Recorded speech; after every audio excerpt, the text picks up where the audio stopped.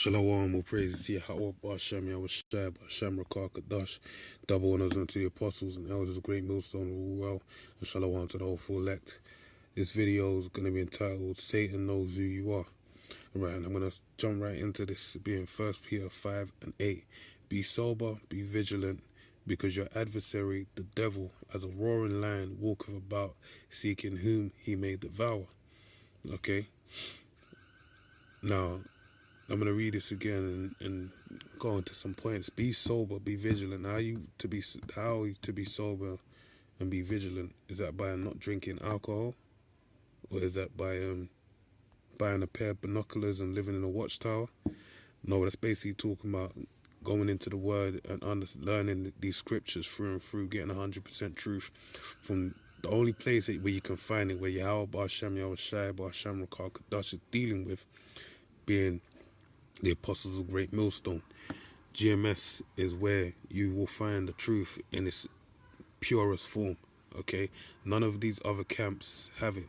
So that's what will enable you to be sober, be vigilant, because then you'll be able to see through the lies, and the Lord will bestow upon you. He basically make you amongst the leaders of the nation of Israel. He'll make you a leader as well within your own faith. That's why in Philippians 2 and 12 it tells you, seek your own salvation with fear and trembling, because this is about every man. We're a body, but every man is a leader within his own right, okay, according to rank and file, you know. But the Lord is basically dealing with each and every one on their own level. So that's why it's required for you to be sober and be vigilant, and to, you know, respect the fact that the truth comes from the apostles of Great Millstone. That will allow you to be sober and be vigilant, because your adversary, the devil, okay, adversary basically is your enemy. And what does the word shaitan mean, which is the Hebrew word? It means adversary, okay? The devil, deceiver, that's what the word devil means, diablo, which means deception basically, because that is Esau's, the red Hebrew Edomite, who he calls him Esau Edom, who calls himself the so-called white man today. That is his masterpiece, all right? Deception, lies, okay? And this ain't as simple as, you know, telling a lie like, oh yeah, you know, the sky's not blue, it's red. We're not talking about lies of that effect. We're talking about a multitude of lies that basically each and every way, which way you step, you're walking into a lie basically, wherein the way of faith, as it tells you in the book of 2nd Esdras, is basically not found upon the earth, okay? It's only found, according to Ezekiel 11 and 16, in a little sanctuary, being the camps of Great Millstone all over the earth, right? Other camps that speak this word in truth and sincerity. So it says, because your adversary, the devil, so Satan, also being a spiritual, you know, you have Esau Edom, the red Hebrew Edomite, who today is calling himself the so-called white man. He's a physical counterpart in the flesh, but you have also a spiritual counterpart, which is out here doing the same thing. Both of them. It's like, for example, you know how you have the matrix on both sides of the spectrum. You have them behind the matrix, in the matrix, and in the real world. So, as a roaring lion walketh about, seeking whom he may devour. Now, this is the thing. Now, in the book of Matthew, it tells you about when basically when a man when you come in this truth, demons get cast off of you, and basically that same demon that gets cast off of you basically scours amongst the land, basically as a roaring lion amongst the land, and basically you get right, and basically you get cleansed and sanctified and swept and garnished. And that same demon goes and finds demons more stronger and powerful than you, than itself, and then comes back knocking on the door, trying to find a way to usurp its way in. Okay, and that's basically how it goes about roaring as a roaring lion. Because remember, when we go to the book of Job, the 1st chapter, the Most High Power, Yahweh, basically asks Satan, who was a son of the Most High, being one of the angels, have you considered my servant Job? So that meant that he had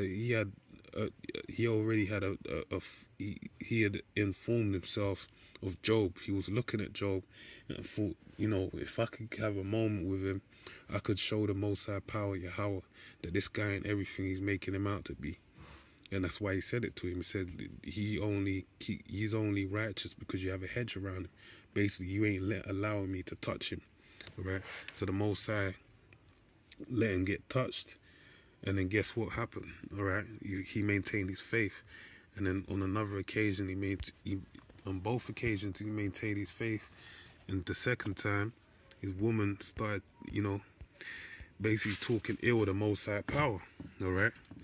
And he said, don't you know that we'll receive good and evil, both of the hand of the Most High power, good and bad, basically. So he fully understood the ideal of being basically abased and abounding, because that was the balance of the Most High power, okay? But basically, those demons, they go out and they come back. And a good example of that is when Yahushua was tempted of Satan those 3-4 times. Basically, when Satan, it says after he succeeded in, rebuking Satan, okay? Because that is a key power. It even tells you that in the book of Jude with Michael. It tells you how when they strived, him and Michael and Satan strived over the body of Moses, King Marshall, after he died. It said that they strove for the body, and it said Michael brought no railing accusation, but simply said the Most High rebuked thee, because that's where the power's at, okay? The rebuking of Satan through the name and power of Yahweh, Ba'asham Yahushai, Ba'asham Rakar Kadash, all right? So basically, reading on, it says, whom resist steadfast in the faith, knowing that the same of Slukya. So it says, as a roaring lion walketh about seeking whom he may devour. So basically, Satan is out here trying to get one over you, get one up on you. And so that's why after Yahushua rebuked him off, what did he do? He said Satan left from tempting him for a season, because even he had Satan come back and tempt him in the form of when he jumped on Peter and said that, this will not happen, about when Yahushua would offer himself up, because he was informing him how he's going to go up into Jerusalem, and he told him what was the things that to happen, and basically Peter was saying, no, that ain't going to happen, but he said he rebuked him and said and reproved him that it'd be sound in the faith, and made him to understand that you're against the things of the Most High power, all right? It was made understood unto Peter, all right, through the Spirit. So this is the point, man. You have to be sober, be vigilant, because your adversary, the devil, as a roaring lion, walketh about seeking whom he may devour. I know there's another one of the same point. This really is a impromptu video off the back of a previous the commentary I did. 12 maybe.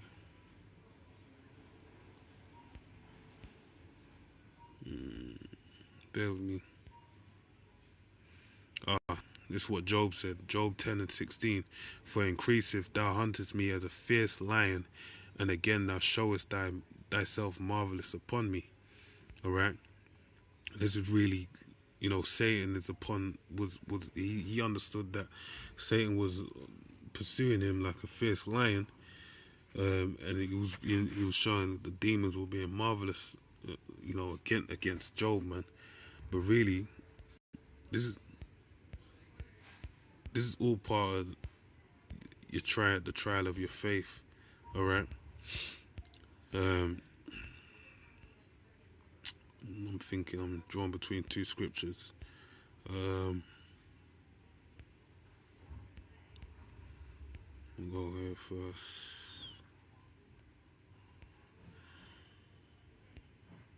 Oh, sorry.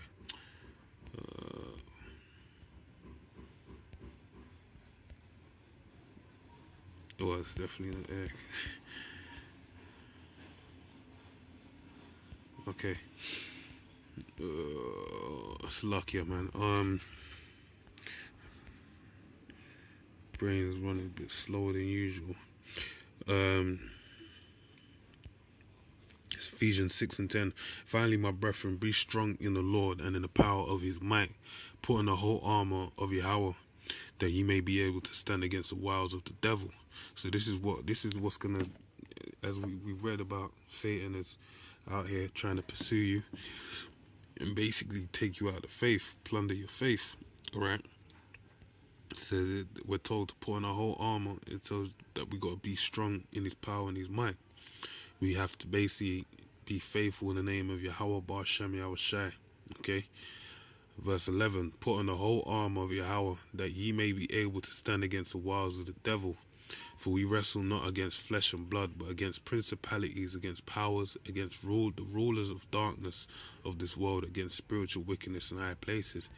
And that's where our battles are, man. This ain't a battle where it's a fact you're gonna walk out your house and then some random guy's gonna punch you in the face, and then you're gonna go at it. You two are gonna be scrapping like it's an MMA fight.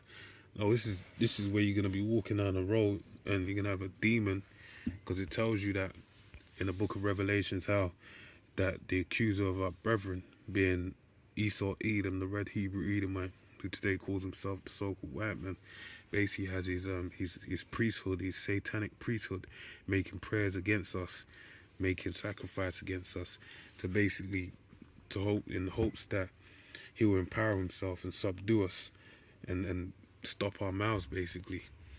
But that's why we're armed with this knowledge, wisdom, knowledge, and understanding, to basically be able to, fight against him. For we wrestle not against flesh and blood, but against principalities, against powers, against the rulers of darkness of this world. Okay, the Rothschilds, Rockefellers, the DuPonts, the Gays, ultimately starting with the Rothschild banking family. They're the chief house of Satan. And we're at war with him, spiritual warfare, against spiritual wickedness in high places. Wherefore take unto you the whole arm of Yahweh, that ye may be able to withstand in the evil day, and having done all to stand. So, having done all to stand, how have we done all to stand? We go out on the highways and byways, we do this work, we prophesy, okay, unto the nations, but ultimately unto the nations, but first and foremost, as it tells you in the book of Ezekiel 9:4, we're preaching for those that sigh and cry for all the abominations that be done in the midst thereof, okay, so that when they get saved out of this kingdom, the Yahweh Shai can wipe away their tears, okay, and basically give them comfort. And we're even telling them to come and turn into the comfort of Yahweh Bashem Yahweh Shai by doing what? By taking heed unto our words, not our words, but the words of the Yahweh Bashem Yahweh Shai Bashem Rakah Kadash, all right.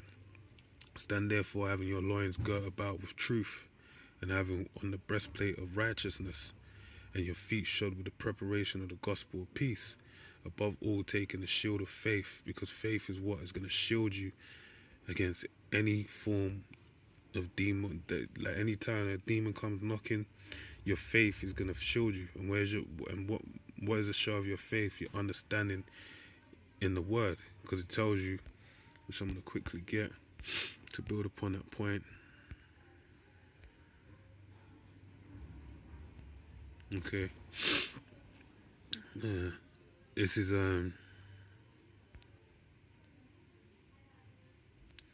Romans 10:15. And how shall they preach except they be sent? And as it is written, how beautiful the feet of them that preach the gospel of peace. And I'm sure it said you having your feet shod about with peace. I'll go back and read it in a moment, and bring glad tidings of good things. But they have not all obeyed the gospel. For Isaiah saith, Lord Yahweh, who have believed our report. So because we go out there on the highways and byways, but it's a handful of men, being the elect men, a little sanctuary, that basically take heed unto the word as it is right now. All right. So then faith cometh by hearing, and hearing by the word of the Most High. So how do you get faith? By listening. And what are you listening to? The word of Yahweh Bashem Yahweh Shai. Okay? And that's our shield, that's our defense, but it's also our offense. That's our form of attack. Okay? So it acts as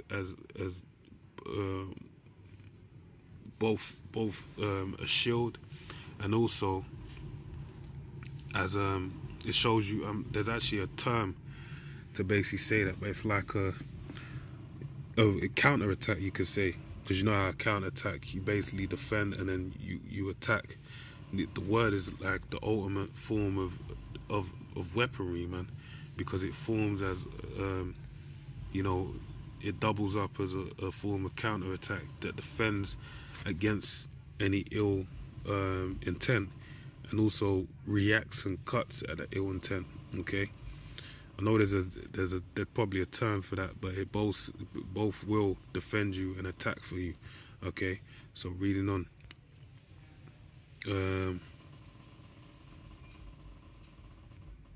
Yeah, see, verse 15, and having your feet shod with the preparation of the gospel of peace, and that's why it said, blessed those, whose feet bring the glad tidings of peace, or the gospel.